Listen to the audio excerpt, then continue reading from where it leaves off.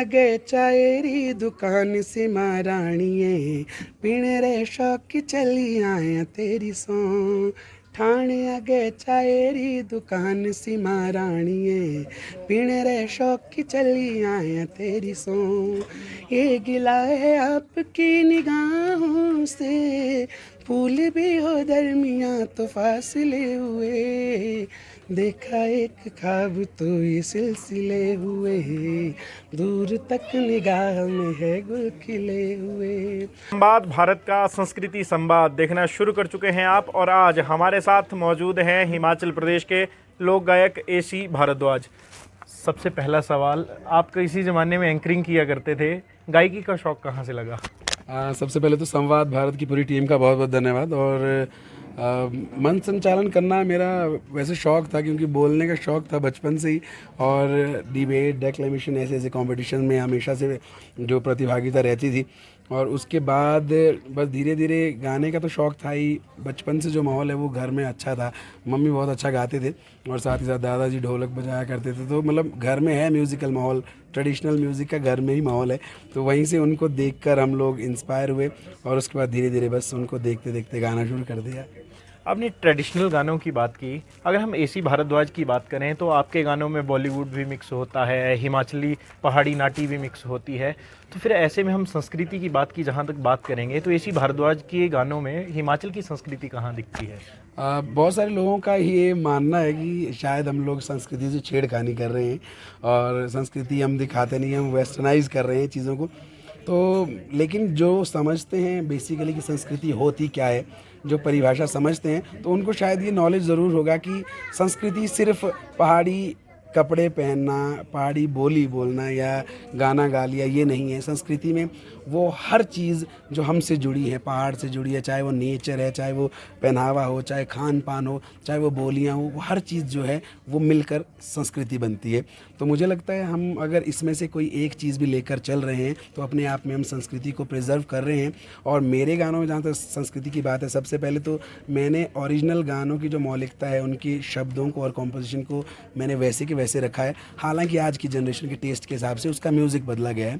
और साथ ही साथ आपको संस्कृति की झलक अगर आप देखेंगे, ये तो रही बोली की बात, अगर आप देखेंगे पहनावे की बात, तो मेरे सिर पे जो टोपी लगी है, मेरा कोई भी गाना उठा दीजिए, हम अपनी संस्कृति की बात तो कर ही रहे हैं ना कि पहाड़ी गाने में हर कोई पहन लेगा, लेकिन आप मेरा हिंदी गाना देख लीजिए, ओल्ड बॉलीवुड कवर भी मैंने किए, वो गाने देख लीजिए, पहाड़ी टोपी के बिना आपको कोई गाना मिलेगा ही नहीं। अगर मैंने नहीं पहनी है तो मेरे को एक्टर ने ज़रूर पहाड़ी कुछ ना कुछ पहन रखा होगा।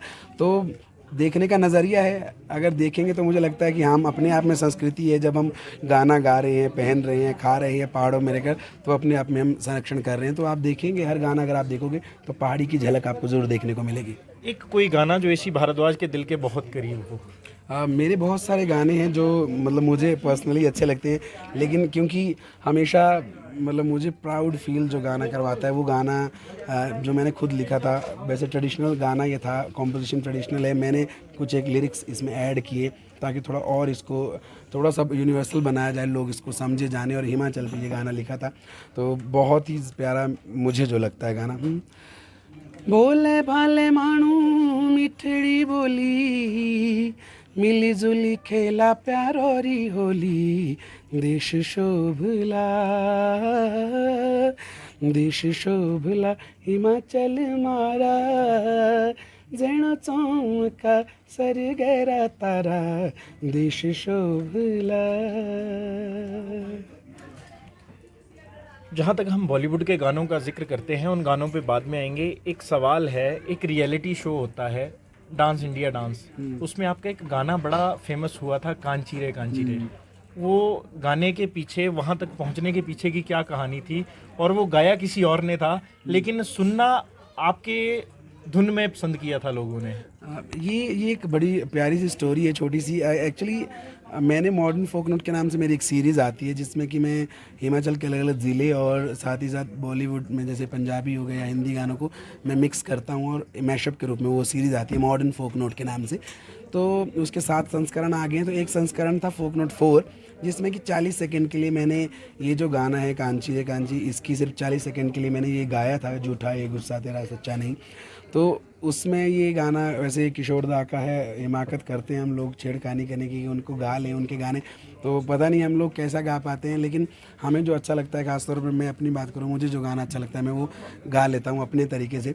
तो उसके बाद मैंने वो गाना लोगों की डिमांड पे रिक्रिएट किया, और 40 सेकंड का वो गाना जब 2.5-3 मिनट का पूरा गाया गया, तो लोगों ने वो इतना पसंद किया कि मेरे अपने यूट्यूब चैनल पे 9 से 10 मिलियन लोगों ने देखा। और उसके बाद माया नगरी से जब आपको कॉल आ जाए, सबका ड्रीम रहता है कि आप मुंबई जैसी जगह पे जाकर कोई गाना गाएं या किसी एल्बम में गा लें। तो लेकिन मुंबई से मुझे कॉल आया फ्रेंड्स प्रोडक्शन का, और उन्होंने कहा कि इंडियाज़ बेस्ट डांसर सीज़न 2 में आपका जो गाना है हम प्ले करना चाहते हैं, और जिस पे कि डांस होगा, हमारे कंटेस्टेंट डांस करेंगे। तो हमारे लिए ये प्राउड की बात थी। और वहाँ से कॉल आया, कॉल आने के बाद एनओसी साइन हुई कि मुझे कोई ऑब्जेक्शन नहीं है। और जब वो गाना प्ले हुआ, तो आप सोच सकते हैं कि आप सोनी टीवी देख रहे हो चैनल पे, और अचानक से आपके गाने की धुन वहाँ बज जाए, तो जो गूज बम्स है, जो बाढ़ है, वो आपके जो बाल हाथों से खड़े हो जाएंगे कि नहीं, वाह मेरा गाना बज गया है। तो ये बहुत ही प्यारा सा एक मोमेंट है। तो और उसके बाद आप लोगों की ब्लेसिंग से लगभग 27 मिलियन के आसपास ये गाना अभी पहुंच चुका है। वो 40 सेकंड संवाद भारत पे भी हो जाए। हाँ बिल्कुल बिल्कुल, ये 40 सेकंड मतलब बहुत ही बड़ा टर्निंग पॉइंट था जीवन का, तो इसलिए यहाँ तो बनता ही है। अरे झूठा है ये गुस्सा तेरा सच्चा नहीं, सच्चे प्रेमी को तड़पाना अच्छा नहीं। हाँ झूठा है ये गुस्सा तेरा सच्चा नहीं, सच्चे प्रेमी को तड़पाना अच्छा नहीं। वापस ना आऊँगा मैं जो चला जाऊँगा ये तेरी गलियाँ छोड़ के। कांची रे प्रीत मेरी सांची, रुक जा न जा दिल तोड़ के। Thank you. आपने मंच संचालक से गायक कैसे बने वो बात तो बताई, आपने एक बात नहीं बताई कि फोक में आपको कहाँ से लगा कि नहीं अगर मैं थोड़ा सा बॉलीवुड मिक्स करूँगा तो और अच्छा लगेगा। मुझे लगता है कि आइडियाज़ का खेल है सारा। और मैं सबसे पहले तो अप्रिशिएट करना चाहूँगा हिमाचल के जितने भी आर्टिस्ट हैं, आप सब लोग बहुत अच्छा काम कर रहे हैं। और ऐसे ही आइडिया इसलिए आया क्योंकि हमारा जो प्रदेश है, जो हिमाचल है, वो थोड़ा सा विविधताओं का प्रदेश है। यहाँ पे अलग अलग कहते हैं, यहाँ पे कोस कोस के बाद ना पानी और वाणी जो है वो बदलता रहता है। आप 2 किलोमीटर बाद देखेंगे तो कुछ और बोली हो जाएगी, और वहाँ का क्लाइमेट अलग हो जाएगा, वहाँ के पानी का टेस्ट बदल जाएगा। तो ये इसलिए कहा जाता है क्योंकि यहाँ वाकई है, इतनी विविधताएं हैं। तो मुझे लगा कि अगर मैं अपनी जगह का फोक गाता हूँ, शिमला का या कहीं और जहाँ से मैं खुद बिलोंग करता हूँ, तो ऐसे में वो फोक शायद कनेक्ट ना कर पाए, लोगों को समझना मुश्किल होगा। तो मेरा प्रयास रहा कि क्यों ना अलग अलग ज़िलों के कुछ कुछ गाने लिए जाएँ, जैसे लोअर हिमाचल, अपर हिमाचल और मिड का जो हिमाचल है, 3 कैटेगराइज उसको करके हम उसको ईजिली गा सकते हैं। और उसमें बॉलीवुड का समावेश करके अपने ही फोक को इन गानों की आड़ में हम लोग बॉलीवुड या दूसरी अलग जो जगहें होती है जैसे दूसरे स्टेट से वहाँ तक पहुँचा सकते हैं। और मुझे खुशी हो रही है ये कहते हुए कि ये जो प्रयास है वो हमारा कामयाब भी हुआ है, और हमारे गानों के छोटे छोटे टुकड़ों की जो आड़ में जो है हमारा जो फोक है आज देश और विदेश तक देखा और सुना जा रहा है। तो बस यहीं से आइडिया आया कि ना हिमाचल को पहले एक सूत्र में बांधा जाए, उसके बाद बाकी के काम किए जाएंगे। बॉलीवुड के तो ऐसे बड़े सारे उदाहरण हैं, कोई अखबार बेचने आया था मुंबई, कोई सब्जी बेचने आया था, फिर वहाँ से कोई सिंगर बना, कोई आर्टिस्ट बना। आपके जीवन का एक किस्सा आपके दोस्त बताते हैं कि आप साल भर जहाँ किराए पर रह रहे थे वहाँ जाते ही नहीं थे, अगर जाते थे तो सुबह 6 बजे से पहले निकल जाते थे, रात को 12 बजे के बाद जाते थे। वो पूरी कहानी क्या थी? बेसिकली एक्चुअली सबकी लाइफ में एक टर्निंग पॉइंट वाला जो फेज़ है वो रहता है, और स्ट्रगल की ज़िंदगी रहती है। फाइनेंशियली काफ़ी ज़्यादा मतलब हम लोग वीक थे, और हमें मुश्किल रहता था कि हम लोगों को पढ़ाई भी करनी है कॉलेज में रह के, और साथ में अपने जो खर्चे हैं वो भी पूरे करने हैं, अपने शौक़ पूरे करने हैं। तो ऐसे में हम लोग क्या करते थे, हम एक जगह रूम रेंट हम देते नहीं थे। एक जगह 1 साल के लिए हम रहे, हालांकि बहुत ज़्यादा रूम रेंट नहीं था, 1000 रुपीज़ था, लेकिन हमारे पास पैसे होते ही नहीं थे। और ऐसे में हम लोग सोचते थे अब क्या किया जाए, कैसे किया जाए। तो हम लोगों की एक टाइमिंग रहती थी कि हम लोग देखेंगे कि रात को 12 बजे के आसपास मकान मालिक की लाइट बंद हो गई है, तो हम सीधे फिर हम एंट्री करते थे रूम में, और आराम से 5-6 घंटे सो के 6-6:30 बजे के आसपास हम लोग निकल जाते थे, ताकि सुबह कहीं हमारा दरवाज़ा नॉक ना हो जाए और ये कहें कि निकालो किराया, तो हम क्या जवाब देंगे। साल भर ये चलता रहा, तो आप बिलीव नहीं करोगे 1 साल बाद जो हमने किराया दिया था, और इस बात की जो साक्षी है मेरे अजीज़ मित्र अरुण शर्मा जी हैं, अभी फॉरेस्ट गार्ड की वो जॉब कर रहे हैं, तो मतलब उनको अच्छे से ये पता है कि हम लोगों ने ऐसा समय बिताया है, साल भर तक तो हमने ढंग से खाना भी नहीं खाया। हम लोग शायद दाल वाल जो है उसको मतलब तड़का तक नहीं लगा पाए, उसको बॉयल करके नमक डाल के हम लोग खाया करते थे। तो बहुत ही स्ट्रगल वाला पीरियड है, और आज अच्छा लग रहा है कि ये मोमेंट्स जब हम याद करते हैं तो बहुत ही एक अलग सी फीलिंग आती है कि वाकई वो जो दिन है वो उन दिनों की वजह से आज ये जो दिन है वो शायद नसीब हुआ है। वो जो स्ट्रगल है, वो जो एक्सपीरियंस है, वो अब हमें काम आ रहा है। आपके दोस्त एक और किस्सा बताते हैं, एक बार आपको चलती बस से उतार दिया गया था, उसके पीछे पूरी कहानी क्या थी? दरअसल क्या है, आपको पता है कि कॉलेज टाइम में जब हम लोग स्टडीज़ कर रहे होते तो पैसा इतना ज़्यादा होता नहीं था। मैं पहले ही बात कर रहा हूँ कि पैसा इतना ज़्यादा होता नहीं, तो घर से नॉर्मली जेब खर्चा के लिए आपको 100-200 रुपये मिल जाते थे, और उसमें आपने किराया भी देना है अपना आने जाने का, और साथ में थोड़ा सा अपना भी कुछ एक जो आपके शौक़ हो वो पूरे करने हो, तो वो 200 रुपये महीना हम चलाते थे। और हमारा एक रूटीन रहता था कि मेरे घर से जो रामपुर का डिस्टेंस है वो 25 से 30 किलोमीटर के बीच में, तो हमारा रूटीन रहता था कि हर सैटरडे क्लास के बाद हम घर जाते थे, संडे घर में रहता था, और मंडे को मॉर्निंग में अपने ड्रेसेस के साथ वापस आ जाते थे। तो ऐसे में क्या है, तो कई बार ऐसा हुआ कि महीनों तक हम घर ही नहीं जा पाए, क्योंकि पैसे 10 रुपये होते थे। और ऐसे में जब आप बस स्टैंड जाओ और बस में बैठो, एक तो आपको सीट नहीं मिलेगी, आप खड़े हैं लटके हुए हैं, और उसके बाद आपको जब किराया देना हो तो आधा किराया है तो कंडक्टर बड़े रूडली आपको उतार देता वहीं पे कि आप उतर जाइए, आपके 10 ही रुपये है तो यहीं तक लेके जा सकते हैं, आपको आगे नहीं लेके जाते थे। तो उसके बाद पैदल सफ़र होता था, तो कई बार इसी डर से हम जाते नहीं थे कि पता नहीं अब कैसे पहुंचेंगे, घर कैसा होगा। तो ये कुछ एक चीज़ें हैं। तो लेकिन हाँ, आज थोड़ा सा अजीब ज़रूर लगता है कि जब हमें ज़रूरत थी तब मतलब कोऑपरेट नहीं करते थे लोग, क्योंकि हम तब पैसा नहीं दे सकते थे, तो हमें तब उनको छोड़ देना चाहिए था कि आपको चलो एक दिन में आपको ले जाते हैं घर तक। लेकिन अब अजीब सा लगता है जब आप उसी बस में जाते हो और उस बस में आपको कहें कि नहीं, कोई किराया नहीं लगेगा, क्योंकि अब पॉपुलैरिटी हो गई, लोग जानते हैं, अब उनको ऐसा लग रहा है कि नहीं हम उनकी बस में है तो शायद अब किराया नहीं लेना। आज तो नहीं ज़रूरत, आज हम दे सकते हैं ना। तो कुछ एक किस्से हैं, चलिए तो ये चलता रहता है, लेकिन हाँ इतना है कि ये मोमेंट याद करके थोड़ा सा दिल बहल जाता है बस। यूथ में एक नशा बड़ी कॉमन समस्या देखने को मिली है, और मैक्सिमम यूथ जो है इसकी चपेट में है। यूथ इससे बचे। क्या एसी भारद्वाज के गानों में कुछ ऐसी चीज़ भी है जिससे युवा को प्रेरणा मिलेगी कि नहीं हमें नशा नहीं करना चाहिए? मैंने वैसे तो नॉर्मली मैंने ऐसे कोई गाने गाए ही नहीं है कि जिसमें नशे को प्रोत्साहन दिया जाए। तो अगर कोई मुझे याद नहीं भी आ रहा, अगर कोई गाना मैंने ऐसे गाया भी होगा तो शायद वो गाना इसलिए नहीं था कि आप नशे करो, वो शायद इसलिए होगा कि आप एंटरटेनमेंट के पर्पज़ से। वैसे तो मैंने नहीं गाया जहाँ तक मुझे याद है, लेकिन हाँ मंच पे हम लोग गाते हैं कई बार ऐसे ऐसे गाने, एक आधिया मंगाई जा रहे या कुछ पीनी विस्की कुछ ऐसे ऐसे गाने। तो ये सिर्फ एंटरटेनमेंट पर्पज़ से रहते हैं, क्योंकि ये गाने पॉपुलर हुए हैं अपने ज़माने में और इसलिए गाते हैं। लेकिन इसके पीछे हमारा मोटिव ये रहता नहीं है कि हम उनको कहें कि आप विस्की ले आओ, आप दारू ले आओ और पीना शुरू कर दो। तो ऐसा बिल्कुल नहीं है, ये सिर्फ नाचने गाने के लिए एंटरटेनमेंट तक सीमित है। और मेरी ओर से अभी जल्दी एक गाना आने वाला है, वो बहुत ही ज़बरदस्त। मैंने एक लाइफ का जो स्ट्रगल रहता है, लोग बेसिकली ज़िंदगी जो शब्द है उसको बहुत छोटा बना देते हैं। उनको लगता है कि 1 सेकंड की ज़िंदगी है, अभी कर लो जो करना है, मतलब नहीं तो पता नहीं आप छोटे छोटे फेलियर हो गया ज़िंदगी में तो आप जाके सुसाइड कर देंगे। कुछ किसी ने डिच कर दिया तो आप उसको लेकर रिएक्ट करने के लिए कर रहे हैं। मम्मी पापा ने डांट दिया, किसी बड़े ने डांट दिया तो उस पर रिएक्ट करने के लिए आप अपनी ज़िंदगी को खतरे में डाल देते हैं। तो मतलब ऐसी ऐसी चीज़ें जो है उनसे बचने के लिए जो लाइफ का एक मैसेज है कि लाइफ बेसिकली ये नहीं है कि आप डर कर भाग जाओ, एक फेलियर से आप हार जाओ। लाइफ बेसिकली चलते रहना है, और मतलब आप बस लगे रहिए। आपके लाइफ में बहुत सारे फेज़ आएंगे, दुख है, खुशी है, हंसी है, गम है, ये चीज़ें जो है वो चलती रहेंगी। तो बेसिकली इनसे लड़कर, इनसे बचकर आगे बढ़ना, यही लाइफ है। तो ये कॉन्सेप्ट को लेकर अभी एक गाना आने वाला है बहुत जल्दी। तो ये ऑडियो तैयार हो गया और वीडियो बहुत जल्द हम ट्राई करेंगे इसी महीने आपको इसका वीडियो भी दे दें। तो बहुत सारे इंस्पिरेशन है, और मेरा पर्सनल मानना ये है, मैं ये बात कह सकता हूँ क्योंकि मैंने अपने जीवन में आज तक नशा नहीं किया है, मैंने छुआ भी नहीं है ऐसे पीने के नाम से। तो इसलिए मैं ये कह सकता हूँ कि ये भ्रांतियाँ हटा दीजिए कि नशे से आपको कोई सुकून मिलने वाला है या फिर आपको एनर्जी इतनी मिलेगी कि आप गाना गा पाओ। बहुत सारे लोग शायद माइंड लेके चलते कि हाँ 2-4 पैग ड्रग लग गई तो शायद ज़्यादा अच्छा परफॉर्म करोगे, कुछ नशा कर दिया तो कंसंट्रेशन बढ़ेगा। तो ये ढकोसले हैं। मैं इतनी एनर्जी से गा सकता हूँ, इतनी एनर्जी अपनी डाल सकता हूँ बिना नशे के कि मतलब मैं 3-4 घंटे लगातार परफॉर्म कर सकता हूँ। तो मुझे लगता है नशे की ज़रूरत नहीं है। और स्पोर्ट्स और म्यूज़िक सबसे बड़ी जो चीज़ें हैं, इसमें आप ज़्यादा ध्यान दें तो ज़्यादा बेहतर ज़िंदगी हो जाएगी मेरे हिसाब से। अगले सवाल से पहले किसी नोट के जिसमें एक पहाड़ी मुखड़ा भी आ जाए और एक बॉलीवुड का मुखड़ा भी आ जाए। हाँ, बहुत सारे ऐसे गाने हैं मेरे, तो लगभग सभी गाने जो हैं वो ऐसे ही है।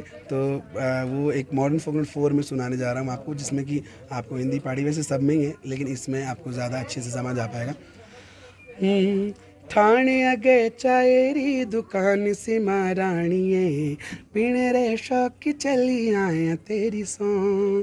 ठाणे अगे चायरी दुकान सी महाराणिये, पीने रे शौक चली आया तेरी सौ।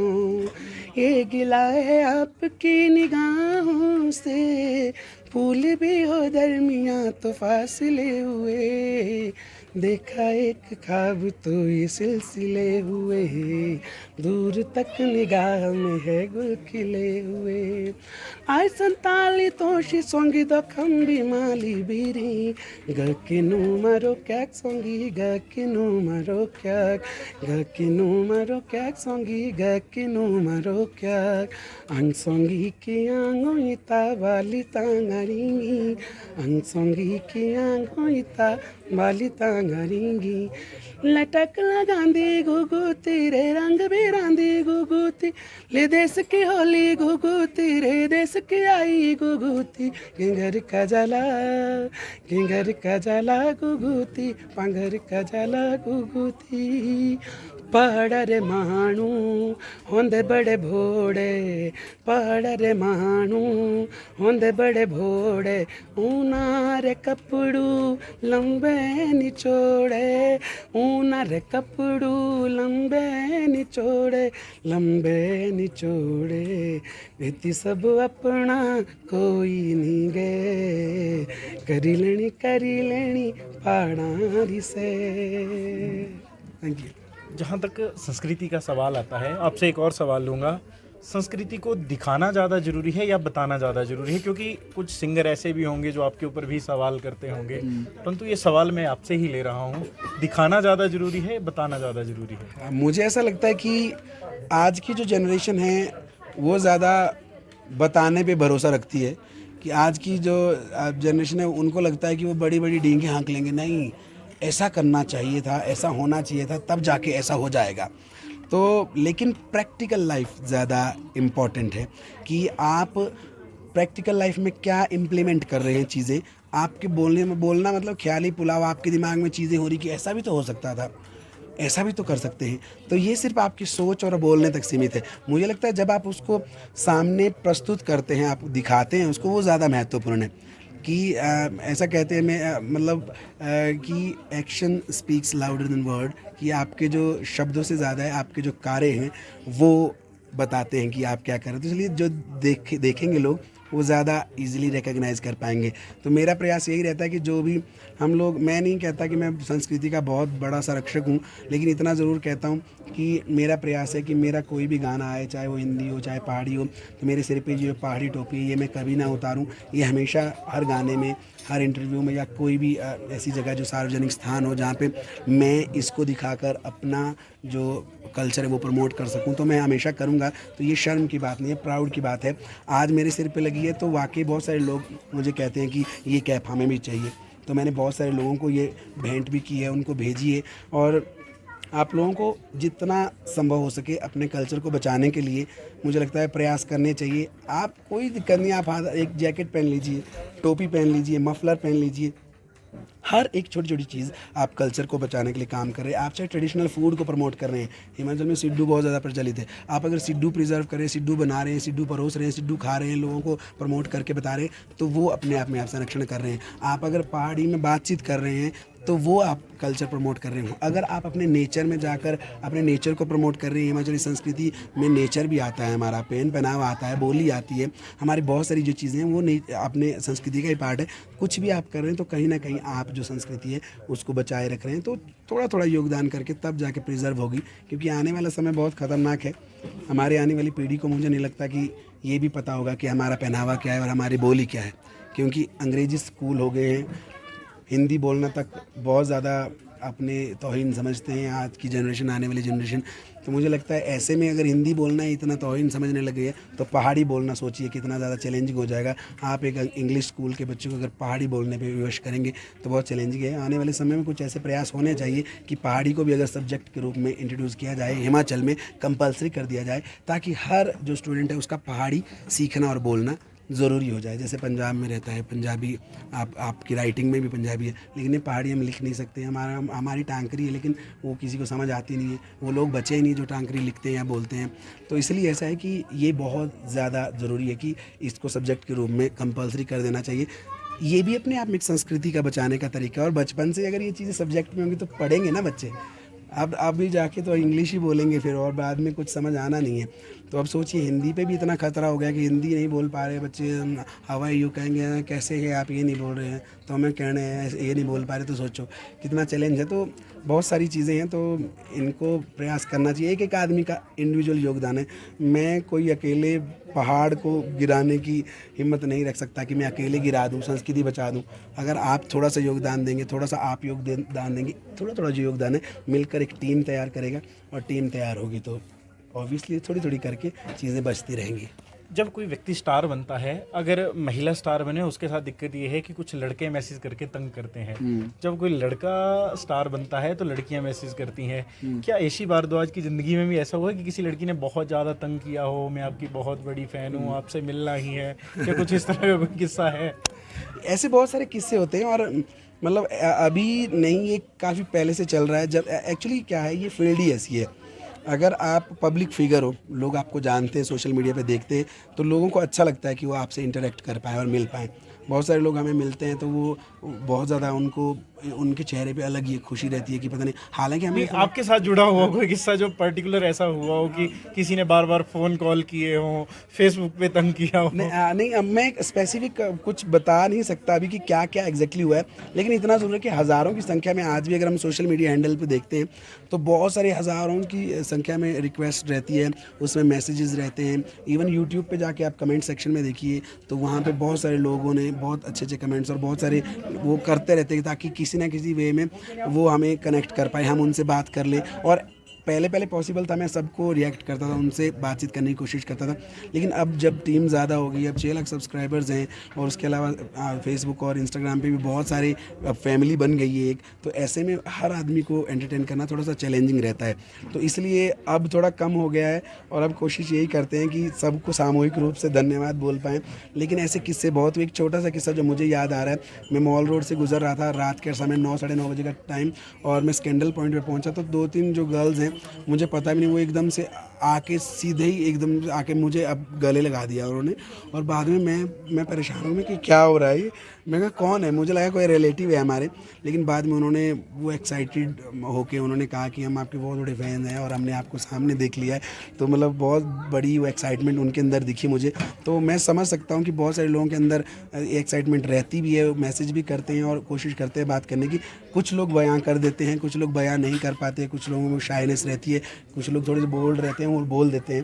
तो ये ऐसा होता है और सबके साथ होता है, और ये ज़िंदगी ये चलती रहेगी। और मैं ऐसा कहूँगा आप नाराज़ ना हो हमसे कि अब थोड़ा बर्डन ज़्यादा हो जाता है ना, आप लोगों के ऊपर भी बहुत सारी रिस्पॉन्सिबिलिटी है हमें लेकर, और हम भी आपको अपनी रिस्पॉन्सिबिलिटी समझते हैं कि तो हमें आपको वो चीज़ परोसनी है, वो चीज़ देनी है वाकई जिसके लिए हमें मतलब चुना गया है बेसिकली। और आप सब लोगों ने इतना प्यार दिया है हमें, तो हम वो चीज़ के लिए आपके साथ हमेशा खड़े हैं। तो नाराज़गी बिल्कुल आप दरकिनार रखें। रियल लाइफ में ये जो इंसान आप देख रहे हैं वो ऐसा ही है जैसा आपके साथ अभी है। तो आप कभी मिलिएगा, लेकिन हो सकता है हम कॉल अटेंड ना कर पाएँ, हम आपको एंटरटेन ना कर पाएँ एक एक को, लेकिन आप कभी सामने मिलिएगा तो आपको पूरा फैमिली वाली फीलिंग आएगी, क्योंकि आप सब लोग हमारी फैमिली है। जो हमें देख रहा है, सुन रहा है, वो परिवार का हिस्सा है। Thank you so much. आपसे एक आखिरी सवाल लूँगा। स्थानीय कलाकारों को ज़्यादा से ज़्यादा मंच मिले, उसको लेकर काफ़ी बहस भी छिड़ी रहती है। कई बार ये देखने को मिलता है कि जिला प्रशासन और सरकारों के साथ भी टकराव होता है। इसके पीछे आप मेन वजह क्या मानते हैं, और क्या आपको भी लगता है कि स्थानीय कलाकारों को जितना मंच मिलना चाहिए वो नहीं मिलता? नहीं, ये सच्चाई है कि स्थानीय कलाकारों को जो मंच मिलना चाहिए वो मंच मिलता नहीं। और अभी भी बहुत सारे लोगों ने ये पहल की है, बहुत सारे डिपार्टमेंट, बहुत सारे जहाँ पे भी कार्यक्रम होते हैं ये पहल की जाती है सोशल मीडिया पे डाल कर मैसेजेस कि लोकल कलाकारों को पहले प्रेफरेंस दी जाए, लेकिन ये प्रेफरेंस कभी मिलती है नहीं, ये सिर्फ पेपर्स तक सीमित रहती है। वास्तविकता ये है कि स्थानीय कलाकारों को वो इम्पोर्टेंस नहीं मिलती। और मैं इसको ना प्रशासन को ना सरकार को, मैं इसमें बेसिकली सब लोगों का सामूहिक रूप से इसमें दोष है बेसिकली, कि इंडिविजुअली आर्टिस्ट की भी अपनी थोड़ी कुछ एक प्रॉब्लम्स है, कुछ एक चीज़ों को सुधरने की ज़रूरत है, उनको भी थोड़ा सा अपना लेवल अप करने की ज़रूरत है, थोड़ा सा और तैयारियों के साथ आप कार्यक्रम में आ सके ताकि लोग अच्छे से आपको देख के चीज़ों को समझ पाएँ कि आप एग्जैक्टली क्या कर रहे हैं। और दूसरी बात प्रशासन और सरकार से यही है कि समय और थोड़ा सा जो मानदेय है, जो एटलीस्ट जो पैसा है वो थोड़ा सा अगर बढ़ाया जाए आर्टिस्ट का तो ज़्यादा बेहतरीन ढंग से वो चीज़ों को प्रस्तुत कर सकता है। और अभी मुझे मैं अभी हाल ही में नलवाड़ मेला बिलासपुर करके आया हूँ, तो मुझे बहुत ही अच्छी बात लगी है कि मतलब वहाँ पे आबिद हुसैन सर हैं, मतलब डीसी सर, तो उनसे मिलकर बहुत ही अच्छा एक अनुभव रहा कि इस बार पहली बार ऐसा देखने को मिला, एकमात्र ये ऐसा मेला था जो नलवाड़ मेला बिलासपुर, जहाँ पे कि सिर्फ हिमाचल के ही जो कलाकार हैं वही दिखे हैं चारों सांस्कृतिक संध्याओं में। तो ये अपने आप में बड़ी बात थी, कोई भी दूसरे स्टेट का कोई कलाकार नहीं था, सब हिमाचली कलाकार थे 4-5 नाइट्स में। और उसके अलावा करसोग नलवाड़ मेला मैंने किया है हाल ही में, तो वहाँ पे भी सारे हिमाचली कलाकार थे। तो धीरे धीरे ये हो रही हैं चीज़ें, लेकिन हाँ इतना ज़रूर है कि आप थोड़ा मिल के काम करने की ज़रूरत है। आर्टिस्ट को, सरकार को, प्रशासन को, सब लोग मिल के एक दूसरे से राय विचार विमर्श करने की ज़रूरत है ताकि सही चीज़ लोगों तक पहुंच पाए। नहीं तो अगर अपनी अपनी मनमर्जी करेंगे सब लोग तो मुझे लगता है फिर वही वाली बात है, आप 3-4 नाव में सवार हो रहे हैं, सबके अलग अलग विचार है। टीम की बात कर रहे हैं ना, अगर संस्कृति को बचाना हमारा सबका सामूहिक लक्ष्य है। टीम क्या है? टीम वही है जो किसी एक टारगेट को लेकर सबकी एक ही विचार हो, वो टीम मानी जाती है। लेकिन अगर आपके अपने विचार है, आपके अपने विचार है, हमारे अपने विचार है, तो मतभेद जब होगा तो टीम बनेगी नहीं और हम ना प्रिजर्व कर पाएंगे चीज़ें, ना हम आगे लेके आ पाएंगे। तो हमें ज़रूरत है सरकार को, प्रशासन को और कलाकारों को, सबको हम मिलकर कुछ नीतियाँ तैयार करें, मिलकर ही डिसीज़न लिए जाएं और फिर जाके प्लेटफॉर्म्स तैयार किए जाए। फिर कलाकारों को मंच भी मिलेगा, उनको मानदेय भी मिलेगा, तो जो पैसा इधर उधर जा रहा है वो यहीं पे अपने आर्टिस्ट में डिस्ट्रीब्यूट होगा। और मुझे लगता है कि फिर ज़रूरत नहीं है, थोड़ा सा मॉरल सपोर्ट की ज़रूरत है, तब ज़्यादा बेहतर कर सकते हैं हम लोग। आखिर में 2 बोल। आखिरी में मतलब बहुत सारे मतलब मुझे गाने का सौभाग्य मिला है। और एक प्यारा सा गाना राजीव नेगी जी का इसमें म्यूज़िक था और मेरे अजीज़ मित्र प्रिया गौतम जी ने इसमें अभिनय किया था। और साथ ही साथ बहुत ही ज़बरदस्त किन्नौर की हसीन वादियों में ये शूट हुआ था। डोलमा किन्नौरी जो गाना है वो मैं यहाँ पे गाने जा रहा हूँ आपके बीच। बहुत ही प्यारा सा गाना है, अभी लेटेस्ट आया है, 1 मिलियन के आसपास आप सब लोगों ने प्यार दे दिया। टेडी लानी टोपड़ी बेपटू पशुमा डोलेमा किनारी पटू पशुमा, टेडी लानी टोपड़ी बेपटू पशुमा डोलेमा किनारी पटू पशुमा, हाँ बसी गई दिल खाऊं तेरी कसमा, डोलेमा किनारी है तेरी कसमा। Thank you. संवाद भारत के संस्कृति संवाद में आज हमारे साथ स्थानीय लोक गायक AC भारद्वाज मौजूद थे। तो बहरहाल संवाद भारत में अभी के लिए बस इतना ही। नमस्कार।